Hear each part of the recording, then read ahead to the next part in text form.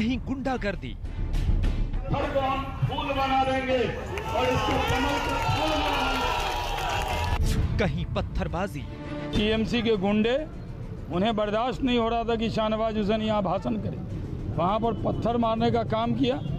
कहीं आमने सामने भिड़ंत, गाड़ी के ऊपर जोर जोर से मारा, मतलब मुझे मारने का ही टारगेट था, लेकिन गाड़ी का कांच था, इसलिए भगवान की दुआ से मैं बच गया।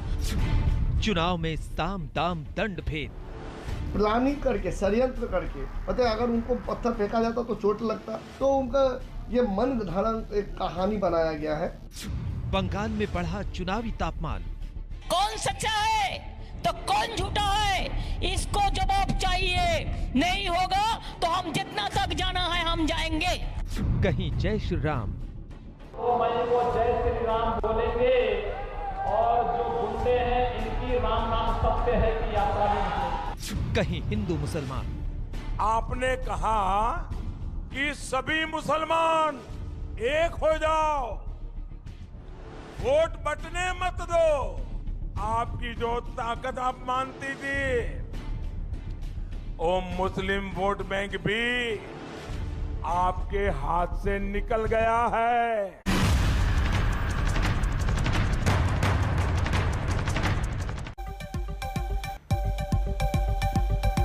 नमस्कार, आप देख रहे हैं हल्ला बोल। आपके साथ मैं हूं अंजना ओम कश्यप। बंगाल चुनाव में रक्त चरित्र के बाद आया है पत्थर चरित्र। जी हां, हावड़ा जिले में एक रैली के दौरान बीजेपी नेता शाहनवाज हुसैन पर चले हैं पत्थर। आरोप फिर एक बार टीएमसी कार्यकर्ताओं पर है। चुनाव में हिंसा ही नहीं, साम दाम दंड भेद वाली सारी नीतियां अपनाई जा रही हैं। तो क्या चुनाव में सिर्फ जीत अहम है? भले ही जीत के लिए कोई भी रास्ता क्यों ना अपनाना पड़े। ये रिपोर्ट देखिए। फिर शाहनवाज हुसैन साहब, उद्योग मंत्री बिहार सरकार, हमारे साथ खुद लाइव होंगे। उनसे पूछेंगे आखिर क्या हुआ था। ये पत्थर को हम फूल बना देंगे और इसको कमल के फूल बनाएंगे। बीजेपी के स्टार प्रचारक और बिहार के उद्योग मंत्री शाहनवाज हुसैन बंगाल में पत्थर को फूल बनाने का दम भर रहे हैं। मेरी सभा हावड़ा में थी उमेश राय के लिए, तो एक बड़ी तादाद में वहाँ पे लोग भीड़ में थे। टीएमसी बौखला गई। शाहनवाज हुसैन चले हैं बंगाल में बीजेपी के लिए मुस्लिम वोट साधने। उनका आरोप है कि जब वो उत्तर हावड़ा के पिलखाना में बीजेपी उम्मीदवार उमेश राय के समर्थन में सभा करने पहुंचे तो उनके ऊपर पत्थरबाजी की गई। आइए आपको लिए चलते हैं उस सभा में जहां ये बवाल मचा और सुनिए शाहनवाज हुसैन की हुंकार। ये टीएमसी के दलाल, ये ममता जी ने ये संस्कार दिया है, ये संस्कार है, ये संस्कार है। और अगर बंगाल पुलिस इनका कुछ नहीं कर सकती है तो ये इनकी है। इस तरह इनकी गुंडागर्दी से डरने वाले नहीं है, छाती पर चढ़ कर बोलने वाले लोग हैं। इसलिए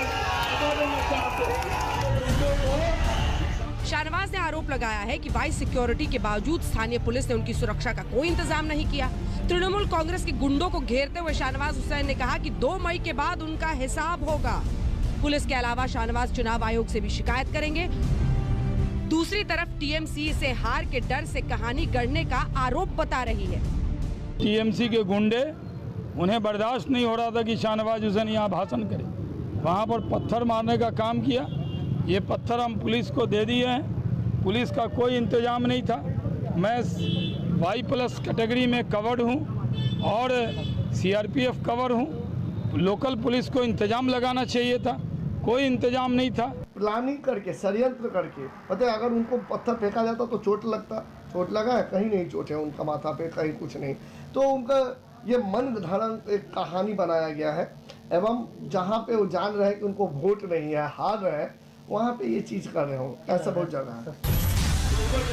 शाहनवाज हुसैन तो बंगाल अब पहुंचे हैं और आते ही पत्थर बरसे। लेकिन अब आपको दिखाते हैं सिलसिलेवार ढंग से वो चुनावी घमासान जो अब धर्म की धुरी पर रोज धुआंधार बल्लेबाजी कर रहा है। मामला चंडीपाठ और कलमा से कहीं आगे निकल गया है।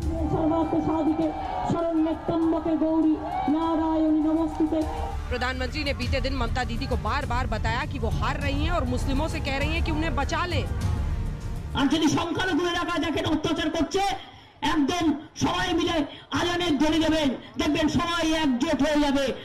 आपने कहा कि सभी मुसलमान एक हो जाओ, वोट बटने मत दो।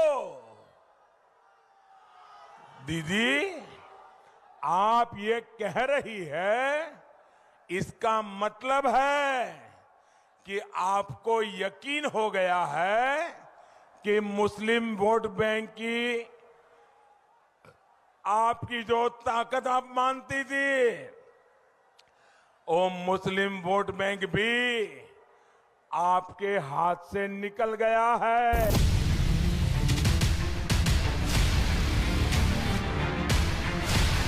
हमने कहा कि सभी मुसलमान एक हो जाओ, वोट बटने मत दो। अगर हमने कहा होता कि सारे हिंदू एकजुट हो जाओ, बीजेपी को वोट दो, तो दीदी ये इलेक्शन कमीशन हमें 8-10 नोटिस भेज देता। আপনারা এনআরসি না চান, এনপিআর না চান, কে না চান, বাংলায় হিন্দু মুসলমান ভাগ করতে না চান, সংখ্যালঘু ভাই বোনেরা আমার, ওদের একটা ভোটও দেবেন না, ওদের একটা ভোটও দেবেন না, ওদের একটা ভোটও দেবেন না। आज गृह मंत्री अमित शाह ने भी दीदी को बंगाल में उनकी खिसकती जमीन की याद दिलाते जीत की हुंकार भरी। क्या आप ममता बनर्जी को उनकी कर्म भूमि से चुनौती दे रहे हैं? देखिए, ऐसा है, पूरे बंगाल में परिवर्तन की आवाज है, चाहे सिंगूर हो, उत्तर बंग हो, सुंदरवन हो, जंगल महल हो या कलकत्ता हो। पूरे बंगाल में लोग परिवर्तन चाहते हैं और सिंगूर में जो भीड़ किलोमीटरों तक आपको दिखाई पड़ती है, वो ही बताता है कि सिंगूर में अब परिवर्तन की एक मांग बुलंद बन चुकी है, जिसको ममता दीदी अब नहीं रोक सकती। उधर यूपी के मुख्यमंत्री योगी आदित्यनाथ ने भी प्रभु राम को बंगाल की चुनावी धरती पर फिर से याद किया है। पूजा करने से रोकते हैं और दीदी तो इस समय इतनी चिड़ी हुई है, इतनी नाराज है, या वो कह रही है कि जय श्री राम बोलोगे तो जेल में डाल देंगे। सोनार बंगला के सपने को साकार होगा तब जब प्रधानमंत्री मोदी जी के विजन के अनुरूप हम कार्य करेंगे। प्रधानमंत्री मोदी जी ने जहां भी जिस भी कार्य को आगे बढ़ाया है उसमें सफलता प्राप्त हुई है। पिछले 10 वर्षों से टीएमसी ने तो यहां पे दंगा, अराजकता, गुंडागर्दी और भ्रष्टाचार की पराकाष्ठा को वहां तक पहुंचा दिया है जहां पर बंगाल के हर नौजवान के सामने पहचान का एक संकट खड़ा हुआ है। ध्रुवीकरण का भरोसा उधर भी है और इधर भी। इन आंकड़ों के जरिए थोड़ा इस जुबानी मेहनत को समझिए। 2011 के सेंसस के हिसाब से आंकड़े बताते हैं कि पहले फेज में जहां 8% मुस्लिम मतदाता थे, वहीं दूसरे फेज में 12%, तीसरे फेज में 29% मुस्लिम मतदाता थे। आने वाले 5 फेज के आंकड़े देखिए। चौथे फेज में 16%, पांचवें फेज में 18% मुस्लिम मतदाता, छठे फेज में 29% मुस्लिम मतदाता, सातवें फेज में 35% और 8वें में 39% मुस्लिम मतदाता। आने वाले 5 चरणों के मतदान में इन आंकड़ों की बिसात पर सब अपना अपना ध्रुवीकरण साधने की जी तोड़ कोशिश में जुट गए हैं। शाहनवाज हुसैन तभी तो पत्थर को फूल बनाने निकल पड़े हैं। इंद्रजीत कुंडू और पौलमी साहा के साथ आज तक ब्यूरो। आइए आपका परिचय उन खास मेहमानों से कराते हैं जो हमारे साथ चर्चा में शामिल होंगे। कुछ ही देर में शाहनवाज हुसैन साहब, जो कि स्टार कैंपेनर के तौर पर बंगाल पहुंचे हैं और उद्योग मंत्री हैं बिहार सरकार में, वो हमारे साथ जुड़ेंगे। सुप्रिया श्रीनेत, प्रवक्ता कांग्रेस पार्टी के, हमारे साथ जुड़ गए हैं। मोनाजीत मंडल, टीएमसी के प्रवक्ता, हमारे साथ जुड़ गए हैं। शिशिर बिजौरिया, प्रवक्ता पश्चिम बंगाल बीजेपी के, जुड़ गए हैं। प्रोफेसर संगीत रागी, आरएसएस के जानकार के तौर पर हमारे साथ चर्चा में शामिल रहेंगे। मोनाजीत मंडल, मैं आपके साथ शुरुआत करना चाहती हूँ। आप तो मोनाजीत दार रोज बहस करते हैं शाहनवाज हुसैन, वो झूठ बोलेंगे कि उन पर पत्थर फेंके गए हैं। क्या वजह है? अगर इस तरह की हिंसा होती है, किसी पर हमला होता है, हमने सुनाया टीएमसी नेता की बात, वो कह रहे हैं कि मनगढ़ंत कहानी है। देखिए, वह तो हम नहीं थे, वह तो टीएमसी के लोग होंगे, उसके आधार पर उन्होंने कहा है। शाहनवाज जी को मेरे हक से बहुत अच्छे दोस्त है, वो अच्छे आदमी है। अगर उनको कुछ हुआ है तो हम बिल्कुल उनके हम ख्याल करेंगे और सुस्त चाहते हैं। कोई भी अगर इस तरह का पत्थर फेंको, उनको धरा दीजिए, पुलिस पे भर्ती करा दीजिए, कोई प्रॉब्लम नहीं। हम इस तरह का कोई बात नहीं करते। आज तक देखिए अंजना जी, 1-1.5 महीने से रैलियां चल रही है, आज तक इस तरह का घटना नहीं घटी। इसीलिए हमारे साथ आज तक घटना नहीं घटी, वो कह रहे हैं इस तरह। इस चुनाव के अंदर नहीं घटी। रोज तो घटनाओं की बात होती है। जी, जेपी नड्डा ने कहा कि उनके काफिले पर हमला हुआ, ममता बनर्जी ने कहा कि नंदीग्राम में उन पर हमला हुआ। क्या बात कर रहे हैं आप? नहीं, पत्थर मैं कह रहा हूँ कि पत्थर फेंकना की कोई घटना इस तरह का नहीं, आज तक नहीं घटी कि बाहर से किसी लोग पत्थर फेंक रहे हैं और किसी को मार गिरा रहा है, इस तरह का नहीं घटी। इसलिए शायद किए होंगे। अगर कोई भी देख रहा है पत्थर फेंकने के लिए तो वीडियो फुटेज तो जरूर होगा ना, तो आप दिखा दीजिए। पत्थर का मामला नहीं है सर, हिंसा में ये थोड़ी कि पत्थर चला रहा है या कौन बॉम्ब फेंक रहा है या कौन हमला कर रहा है। हिंसा कौन कर रहा है? हाँ। अंजना जी, हम कल देखा है, हमारे एक उम्मीदवार सुजाता को कितनी बेरहमी से मारा गया और सीआरपीएफ देख रहे थे। सीआरपीएफ इंडल्ज करते हैं। आपको ये भी पता है तारकेश्वर में जहाँ गन्नेमान्य सपन दासगुप्ता जी इलेक्शन लड़ रहे हैं, वहां पर एक माइनर गर्ल को अटेम्प्ट टू रेप किया गया है सीआरपीएफ द्वारा। वो बंदा अभी पुलिस स्टेशन में है। को दिखाइए, ये हम देख रहे हैं। सीआरपीएफ फौलता में, दक्षिण 24 परगना में फौलता में किस तरह से टॉर्चर किया, हर जगह में कर रहे हैं। ये अमित शाह जी क्या कर रहे हैं? हम ये नहीं चाहते हैं कोई दंगा कोई फसाद हो, लेकिन अगर सीआरपीएफ लगातार इस तरह से अन्याय कर रही है, लोगों को मार रहे हैं, घर में जाके डरा रहे हैं, किसी एक पार्टी को बोल रहे हैं कि एकदम सीधा बोल रहे हैं कि बीजेपी को वोट करो, हम ये लगातार आपको इल्जाम हम इलेक्शन कमीशन में लिख चुके हैं, लेकिन वो तो पूरा एकदम बहरे के बह गए। आप देखिए किस तरह का पापी अधिकारी के ऊपर हमला हुआ, शायद हमने देखा, उनको गिरफ्तार किया गया, लेकिन जानलेवा हमला सुजाता जी के ऊपर हुआ, एक्शन नहीं लिया गया। हम देख रहे हैं कि कैसे दौड़ के उनको मारा जा रहा है, किस तरह से डेरा में से उनको पिटा जा रहा है, लाठियां लेके, रॉड लेके, किस तरह से मारा जाए, लेकिन कुछ भी नहीं हुआ। इसका हम क्या कहें, क्या समझे? लेकिन हम इसको दोष नहीं देते, बीजेपी को दोष नहीं देता। आप जब प्राइम मिनिस्टर जब आके इस तरह का भड़का वाली भाषण देते हैं, आप मेरे को यह दिखा दो ममता दी कहीं पर कहा है कि मुस्लिम लोग। जवाब सुनिएगा कि आज सिर्फ भाषण दीजिएगा मनोजीत दा, जवाब तो सुनिए, अन्य लोगों को भी बोलने दीजिए। मनोजीत बाबू, मंच से भाषण दो ना, ऐसा जरा जवाब सुन लो, जवाब सुन लो, थोड़ा धीरे से सुन लो मेरे भाई। जहां तक ये पथराव का सिलसिला है, ये चालू हुआ जब डायमंड हार्बर में हमारे राष्ट्रीय अध्यक्ष जी का काफिला, उसमें मैं भी था। एक और हुआ टॉलीगंज में, शुभेंदु अधिकारी, दिलीप घोष रोड शो था, उस रोड शो में मैं भी था। पथराव हुआ, आपको यदि ना पता हो तो कोई बात नहीं, आप पता कर लो। मनोजीत बाबू, सबसे आपको अहम चीज बता दूं, आज पर्दे पे, टीवी के पर्दे पे, आप जरा अपना बयान बदल लो। आप, इसलिए मैं बोल रहा हूँ बयान बदल लो, मेरे कारण नहीं, आपके नेत्री के कारण, हमारे जो आउटगोइंग मुख्यमंत्री है उनके कारण। आज यदि आपको न पता हो तो पता कर लेना। मुख्यमंत्री महोदया अब पश्चिम बंगाल पुलिस को दोषी ठहरा रही है। थोड़ा सा अपना बयान बदल लीजिए मनोजीत बाबू। वो पश्चिम बंगाल पुलिस को दोषी ठहरा रही हैं। देखिए, हार में यही होता है, अब सबको दोषी ठहराओ। अब पहले इलेक्शन कमीशन को ठहरा दिए, फिर कर दिया, अब आज के दिन, आज उनका बयान है कि पुलिस, पश्चिम बंगाल पुलिस को दोषी ठहरा रही है। अब जहां तक आप बोल रहे हैं कि सीआरपीएफ का रोल, जो केंद्र वाहिनी का रोल, यदि कोई कहीं पर भी रोल गलत है तो उसको रोका जाए, उसको पकड़ा जाए। और जहां तक सुजाता मंडल जी के संग जो हुआ, मैं पर्दे में देखा हूं, देखिए उसमें विस्तार में नहीं जा रहा हूं, ये जितना बोल रहे हैं, देखिए किसी के ऊपर भी हाथ उठे, किसी के ऊपर भी हाथ उठे, हिंसा कोई भी हो, और वो खास करके महिला, उसके खिलाफ बोलना चाहिए और उसको रोकने के लिए कोशिश करनी चाहिए, क्योंकि सामने निशाने पर कोई भी हो सकता है। मैं लौट रही हूँ आपके पास, एक बार शाहनवाज हुसैन साहब हमारे साथ जुड़ गए हैं,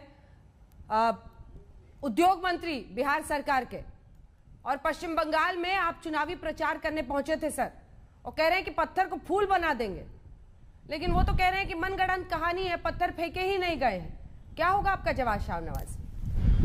क्या हुआ था?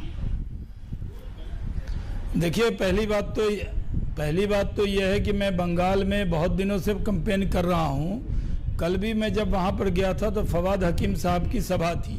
मैंने कहा उनकी सभा के बाद मीटिंग कीजिए, हमारा परमिशन था।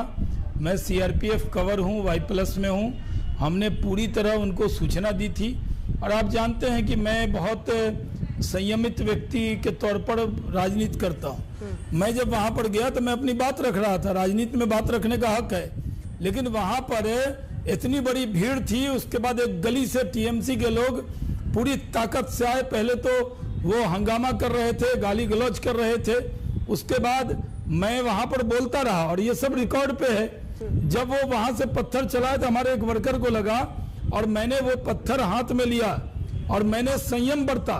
मैंने वहां पे कहा कि पत्थर को फूल बना देंगे और पश्चिम बंगाल में कमल फूल खिला देंगे। तुम पत्थर मारो लेकिन हम पत्थर का जवाब फूल से देंगे, क्योंकि हम कमल के फूल वाले पार्टी हैं, हम पत्थर वाले पार्टी नहीं है। और दूसरी बात अंजना जी, मैं कहीं एक दिन पहले भी गया था राजीव बनर्जी साहब के क्षेत्र में, तो पूरा ग्रिल लगा दिया, लोहे के बड़े बड़े गाटर लगा दिए, 200 पुलिस वाले थे और ये कहा गया कि नहीं शाहनवाज साहब आप अंदर नहीं जा सकते, आपके जाने से कानून व्यवस्था का खतरा होगा। एसपीआई, मैंने पूछा मैं कोई बाहुबली हूं, मेरे जाने से क्या कानून व्यवस्था का खतरा होगा? तो उन्होंने मुझे रोक दिया। दूसरे दिन मैं छोड़ गया। यहाँ पर जो मेरी भीड़ आई, उस भीड़ में आप देखा होगा वो फुटेज है, वो आज तक का ही फुटेज है, आज तक का भी कैमरामैन वहीं पे था आपका।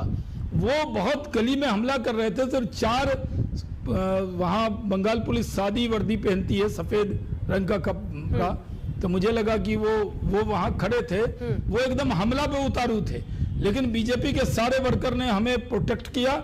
मैं खुद वहां से थाने में गया तो कह रहे हैं और मैंने पुलिस वाले से पूछा कि आपने सिक्योरिटी क्यों नहीं लगाई वहां? वो कह रहे हैं कि तो आप उन्होंने कहा भड़काऊ बातें कर रहे हैं बीजेपी के नेता शाहनवाज जी। वो कह रहे हैं भड़काऊ बातें कर रहे हैं आप लोग, इसलिए इस तरह की घटना होती है। मैं भड़काऊ? अंजना जी, कभी मैं भड़काऊ और शाहनवाज हुसैन कभी आपने सुना है? कभी? मैं तो कई महीनों के बाद आपके टेलीविजन चैनल पर आया हूं और शायद उद्योग मंत्री बिहार का बना हूं, तो पहली बार ही आपसे टेलीविजन पे ही मुलाकात हो रही। मैं तो संयम वाला व्यक्ति हूँ। मैंने जी नहीं, मैंने कहा कि नहीं, मैं पार्टी का प्रचार कर रहा हूँ। आसाम गया, केरल गया, कहीं कोई दिक्कत नहीं हुई। लेकिन बंगाल में और भी जगह में गया था, मिदनीपुर गया था, बांकुड़ा गया था, नहीं, मैंने तो वहां पे भाषण में कहा कि जब शाहनवाज हुसैन कश्मीर में नहीं डरा, मैंने हिजबुल कमांडर के गांव में जाके श्री गुफारा में सभा कर ली, तो मैं कोई डरने वाला हूं? मैं वहां डरा नहीं। मैंने अपना भाषण कंटिन्यू रखा और वहां पर सीआरपीएफ के अगर जवान न होते तो क्या घटना घट जाती? वहां पर पुलिस रिकॉर्डिंग होगी ना, वहां पर लोगों का, हमारे पास फुटेज है, आप देख लीजिए। आप फुटेज चला भी रही हैं, उस फुटेज में देखिए, मैंने अपने हाथ में जो पत्थर आया हमारे कार्यकर्ता को लगा, मैं बच गया, मुझे नहीं लगा पत्थर। और मैंने हाथ में पत्थर लिया और मैंने कहा पत्थर को फूल बना देंगे और बंगाल में कमल फूल खिला देंगे। हमें पत्थर मारो, हम तुम्हें फूल देंगे। ये कहा हमने कोई भड़काऊ बात है क्या ये? और थाने में जब मैं गया, खुद उमेश राय जो हमारे उम्मीदवार हैं, हाँ, तो मैंने पूछा कि भाई आप क्यों नहीं थे वहां पर, इंतजाम क्यों नहीं था? हाँ। तो उन्होंने कहा कि नहीं, हम प्रधानमंत्री की रैली में गए थे, फोर्स कम था। हमने कहा प्रधानमंत्री तो 4 घंटा पहले रैली खत्म हो गई, ये एक्सक्यूज क्यों ले रहे हैं? तो ये दिक्कत है। अगर चुनाव टीएमसी हार रही है तो क्या पत्थर बरसाएगी? तो हम पत्थर का जवाब पत्थर से नहीं देंगे, हम फूल से देंगे। ये कहा तो गलत किया। सवाल ये उठ रहा है, जरा वो आंकड़े दिखाइएगा, हर फेज में कितने मुस्लिम मतदाता हैं? हर कोई अब ध्रुवीकरण की पूरी ताकत झोंक रहा है। आपने भी कहा कि मैं अल्पसंख्यक बहुल इलाके में गया था, इसका क्या तात्पर्य था? जब हम आगे पहले के 4 चरण देखते हैं सर, तो तीसरे चरण में थे 29%, लेकिन इसके बाद से दिखाइए जो 5वें चरण से मतदान है उसमें लगातार 18, 29, 35, 39% मुस्लिम मतदाता है। क्या ध्रुवीकरण की ये कोशिश है कि आपने अल्पसंख्यक बहुल इलाके का जिक्र किया, वहां पर पत्थरबाजी की बात हुई? नहीं, पहले एक तो ध्रुवीकरण का सवाल नहीं है। हम अल्पसंख्यक बहुसंख्यक वाली राजनीति नहीं करते। हम भारतीय जनता पार्टी के कार्यकर्ता हैं। मैं स्टार कैंपेनर हूं बंगाल के अंदर, हर जगह गया हूं। ऐसी जगह सुंदरवन के बीच में एक टापू पे गया जहां पहली बार कोई नेता हेलीकॉप्टर से पहुंचा था। लोगों ने कहा यहाँ दिन में भी शेर आ जाते हैं। हमने कहा कोई बात नहीं, नरेंद्र मोदी जी का सिपाही आया है यहाँ। तो हम तो वहाँ पर तो एक भी मुस्लिम नहीं थे। हम हिंदू मुस्लिम के चश्मे से नहीं देखते। वो जो इलाका था वहाँ पर फवाद हकीम की सभा थी, अल्पसंख्यक बहुल था, क्योंकि हमारी तो उमेश राय लड़ रहे हैं, इसलिए मैं वहाँ पे गया था।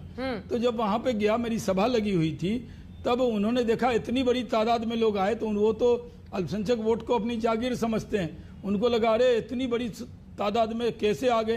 तो बीच में तो उनका इरादा बहुत था, लेकिन हमारे भीड़ को देखकर टीएमसी के लोग दूर से पत्थर बरसा रहे थे। और पुलिस वालों से पूछिए, वहाँ तो हमने पूरी वीडियो फुटेज भी है हमारे पास, अगर टीएमसी कह दिखाएंगे वो कैसे पुलिस रोक रही है उनको, और किस तरह वो इधर हमारी सभा की तरफ, मंच की तरफ बढ़ने की कोशिश कर रहे हैं। लेकिन हमने पूरे परमिशन से वहाँ पर किया था।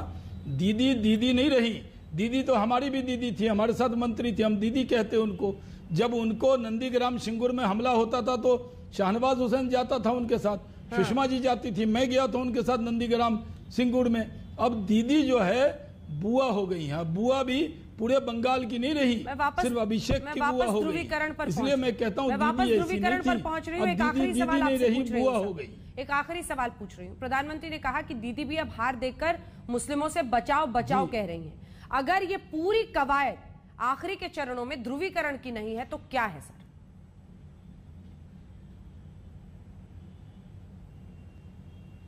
देखिए, ध्रुवीकरण कौन कर रहा है? हम एकदम नहीं कर रहे हैं। हम तो सबका साथ, सबका विकास, सबके विश्वास वाले लोग हैं। हम बंगाल के विकास के लिए वोट मांग रहे हैं। ध्रुवीकरण तो टीएमसी कर रही है। टीएमसी शुरू से, यानी दुर्गा पूजा के विसर्जन के लिए भी कोर्ट जाना पड़ता है, वहां पर कोई भी हिंदू रीति रिवाज से कार्यक्रम होगा उसके लिए इनको इजाजत लेनी पड़ती है लोगों को।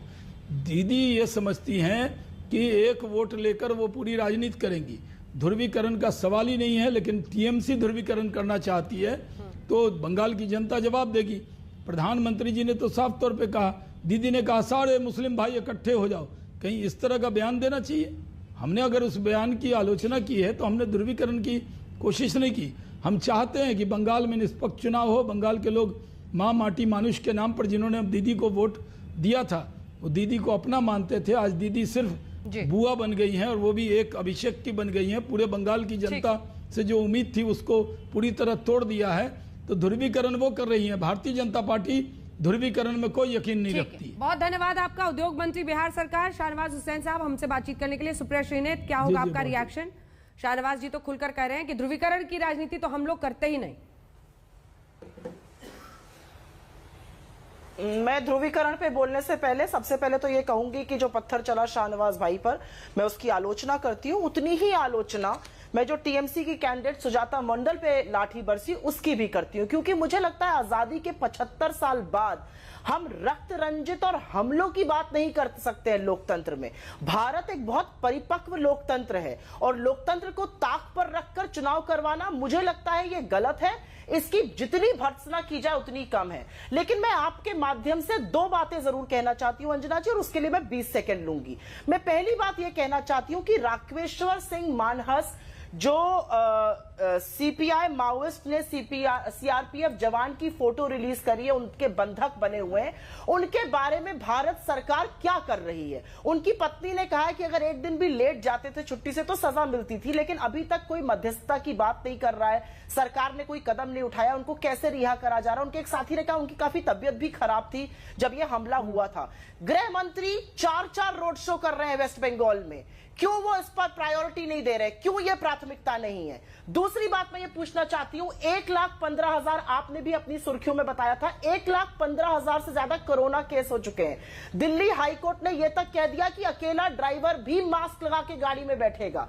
इसकी चिंता कौन कर रहा है सरकार में? यह प्राथमिकता नहीं है? आपको नहीं लगता गृह मंत्री को सब कुछ छोड़ के इस समय इस पर कंसंट्रेट करना चाहिए? रागी जी एक्शन इस पर लेंगे। सीरम इंस्टीट्यूट को एक नोटिस भेज दिया है। ठीक है, पश्चिम बंगाल पर जब चर्चा होती है तो सुप्रिया जी दुर्भाग्यपूर्ण ही समझिए कि राष्ट्रीय प्रवक्ता नहीं मिलता है, वरना इन तमाम सवालों पर वो जवाब देते। बीजेपी पश्चिम बंगाल के प्रवक्ता हमें मिलते हैं, और इसीलिए एक ब्रेक के लिए हम रुक रहे हैं। संगीत रागी जी, आपका रिएक्शन इन तमाम बातों पर। एक छोटे से ब्रेक के बाद भी चर्चा जारी है, देखते रहिए आज तक। पत्थर चरित्र की इस बहस में आप शामिल कीजिए संगीत रागी जी को। संगीत रागी जी, सुप्रिया श्रीनेत जी की बातों का जवाब दीजिए, और साथ ही क्योंकि राष्ट्रीय जो तस्वीर है उस पर उन्होंने कई गंभीर सवाल खड़े किए हैं, लेकिन सवाल उस पत्थर चरित्र के साथ साथ उस ध्रुवीकरण चरित्र पर भी है जो बंगाल में दिख रहा है। अंजना जी, सुप्रिया जी एक बहुत कुशल प्रवक्ता है कांग्रेस पार्टी के, लेकिन आज उन्होंने एक बहुत बड़ी गलती कर दी है। उन्होंने तो आज तक पर राहुल गांधी के खिलाफ ही बोल दिया है। राहुल गांधी कहते हैं कि देश में लोकतंत्र नहीं है, अमेरिका से हस्तक्षेप करने की बात करते हैं, यहाँ की संस्थाओं पर उन्हें विश्वास नहीं रह गया है। और सुप्रिया जी ने एकदम बहुत साफ शब्दों में बहुत अच्छी तरह उन्होंने कहा कि ये भारतीय लोकतंत्र जो है वो बहुत ही एक परिपक्व लोकतंत्र है।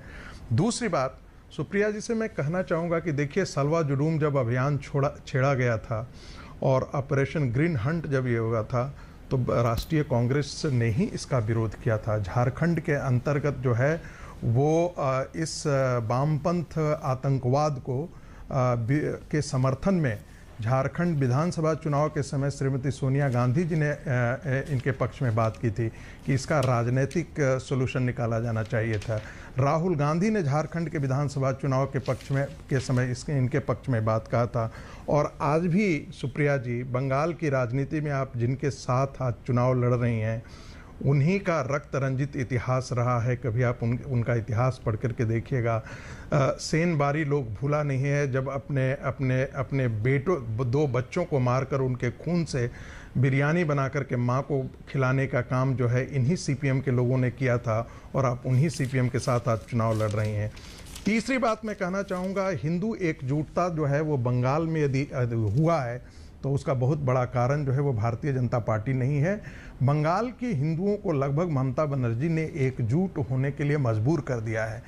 आप देखेंगे, और कल मैं आज तक का आंकड़ा, आज तक पर का मैं प्रोग्राम देख रहा था 9 बजे का, उसमें भी बहुत साफ साफ दिखाया। हालांकि मैं इसका जिक्र करते रहा हूं पिछले कई डिबेट्स में कि 2019 के अंदर 36% का जंप हुआ था हिंदू पोलराइजेशन में, और वो हिंदू पोलराइजेशन 2019 के लोकसभा चुनाव के समय जो है वो 57% हो गया था।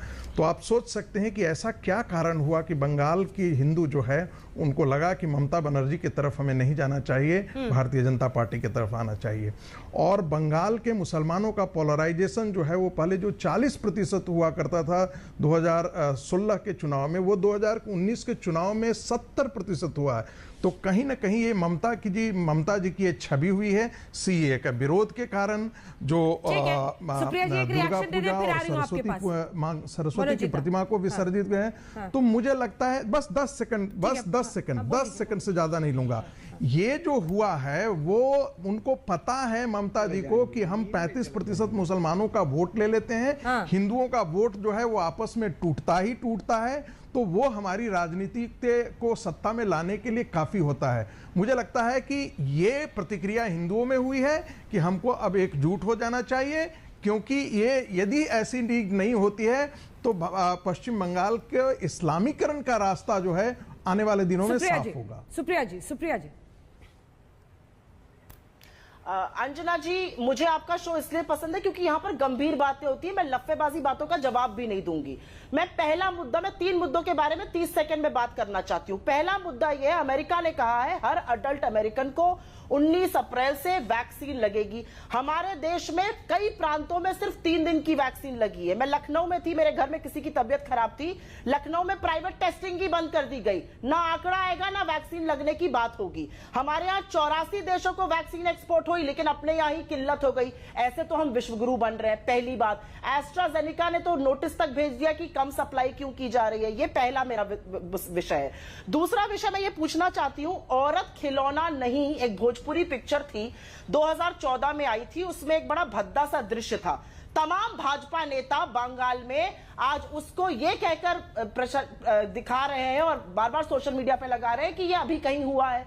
बांग्लादेश में 2008 की एक हिंसा का दृश्य दिखा के बताया जा रहा है, हुगली में हुआ, उसमें वेरीफाइड ट्विटर हैंडल्स भी इसमें कर रहे हैं पार्टिसिपेट। इस तरह का दुष्प्रचार करना क्या किसी के लिए सही है? और तीसरी और अंतिम बात मैं सिर्फ ये पूछना चाहती हूं कि अमित शाह जी जो चुनाव पर्यटन और चुनाव में बिल्कुल मशगूल है, वो ये बता दे कि जब आज वो, और मैं ये राइवल पब्लिकेशन की बात कर रही हूं, एक पब्लिकेशन को उन्होंने इंटरव्यू दिया, 1.5 पन्ने का एक इंटरव्यू इकोनॉमिक टाइम्स में छपा है। उसमें वो कहते हैं वैक्सीन की कोई कमी नहीं है, गलत बात। उसमें वो कहते हैं चाइनीज ऐप को बैन किया, लेकिन चाइनीज निवेश आ सकता है और चाइना को ठेका मिलता रहेगा। ये तो बड़ी विरोधाभास की बात हो गई। और तीसरी इंपॉर्टेंट बात है कि अमित शाह जी को क्या इस समय सब कुछ छोड़कर उस जवान की रिहाई प्राथमिकता है या नहीं, ये मैं बार बार पूछूंगी, क्योंकि इसका भी जवाब और दुष्प्रचार किया जा रहा है क्या बंधक होते हुए देखा है, उसको कब छोड़ा जाएगा? रागी जी बोले, फिर मनोज जी का दुष्प्रचार। अंजना जी, हम लोग आज का डिबेट जो है वो अमित शाह जी पर नहीं रख करके और वैक्सीन पर नहीं रख करके, वैक्सीन की सप्लाई पर नहीं है। मुझे लगता है कि आज का चुनाव जो है वो बंगाल की राजनीति पर है वहाँ पर जो पोलराइजेशन की राजनीति है उस पर हम बातचीत कर रहे थे। मुझे लगता है कि सुप्रिया जी ने किसी भी आपके एक प्रश्न का उत्तर नहीं दिया है। कोई भी रेलेवेंट बात जो है वो बंगाल चुनाव के संदर्भ में उन्होंने नहीं की है। उन्होंने की है किस बात की है, वैक्सीन के आधार, वैक्सीन दिया जाना चाहिए नहीं दिया जाना चाहिए। ये डिबेट हम जब कभी इस पर चुनाव की जब इस पर चर्चा होगी तो कर लेंगे। मूल बात ये है, मूल बात ये है, आज डिबेट कर लिया नहीं मैंने अनर्गल नहीं कहा, स्पेसिफिक डिबेट किया था आज 5 से 6।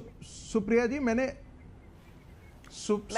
मैंने इसे अनर्गल बिल्कुल ही नहीं कहा है। मैं ये कह रहा हूं कि आज का डिबेट एक रिलेवेंट डिबेट पर हम बात कर रहे हैं कि रागी जी बात नहीं मैंने कोई इररिलेवेंट बात नहीं करी है। मैंने सिर्फ बात करी है ना इररिलेवेंट बात करी है। बिल्कुल नहीं इररिलेवेंट। मैंने कहा आज के टॉपिक आज के टॉपिक से आपका कोई लेना देना नहीं था। मैं सिर्फ इतना कह रहा हूं, बाकी आपने सब रिलेवेंट बात की। भारतीय राजनीति के संबंध में वो सारे रिलेवेंट है, लेकिन बंगाल के चुनाव पर आपने एक शब्द नहीं बोला। बंगाल के चुनाव के पोलराइजेशन के मुद्दे पर आप एक शब्द नहीं बोली। देखिए ये भी तो तय है ना सुप्रिया जी कि जब गुजरात का चुनाव हो रहा था, मध्य प्रदेश का चुनाव हो रहा था, तो आप ही कमलनाथ जी कह रहे थे कि मुसलमान लोग जब तक 80% वोटिंग नहीं करता है तब तक कांग्रेस पार्टी का जीतना संभव नहीं है। यह पोलराइजेशन नहीं है। आर्क बिशप जो है वो पत्र लिख करके सारे क्रिश्चियंस को ये करते हैं कि भाई आप कांग्रेस पार्टी के भी लिए पक्ष में मतदान कीजिए। क्या ये पोलराइजेशन नहीं है? ये क्या धर्म की राजनीति नहीं है?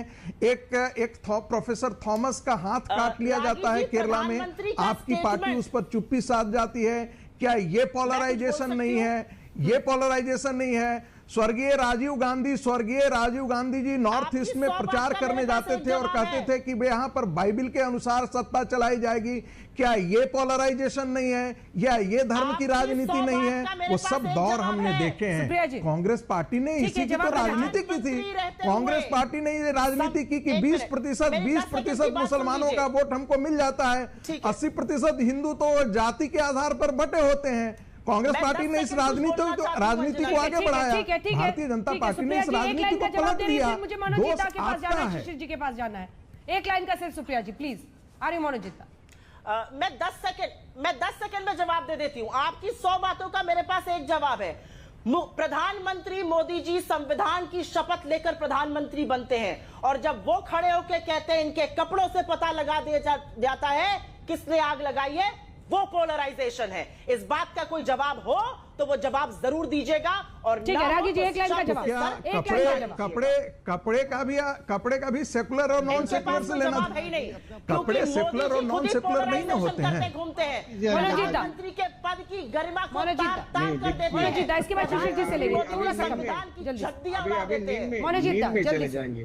देखिए ध्रुवीकरण क्या है, तो जीता जागता मिसाल तो स्टूडियो में खड़े हैं, उनको क्यों बुलाते हैं? एक ही तो रिकॉर्ड उनका चला देते, 3 सालों से एक ही बात बोलते, उनको लाइव जरूरत नहीं। आप रिकॉर्ड में देख दीजिए, हम लग लेंगे।